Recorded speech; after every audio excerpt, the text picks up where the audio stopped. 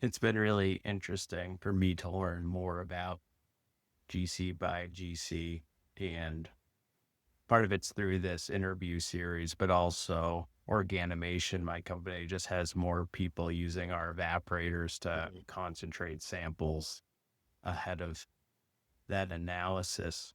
I was hoping you could walk us through any sample prep challenges you faced. And there's certainly the differences between the live versus the dead bacterial fractions, I think would be interesting to discuss.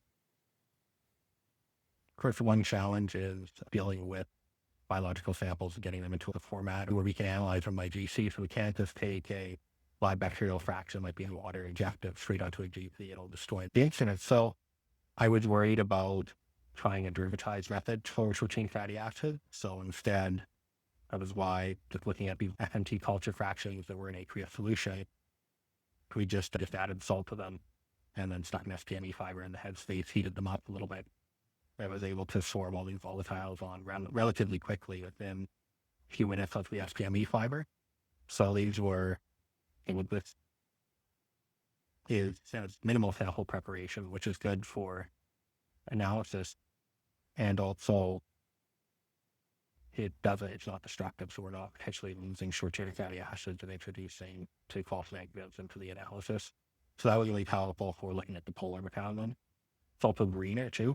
So the only reagent used was sodium chloride versus some other derivatization reagents that could be quite environmentally toxic.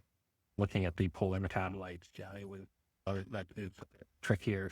Fecal samples, the solid samples, you have to get into the liquid state before you can derivatize and analyze it. The other FMT samples already liquid, which makes it a little bit easier to work with, but we still have to extract the methanol and then dry them down and derivatize. So dry them down using one of your devices. I think that one's quite old.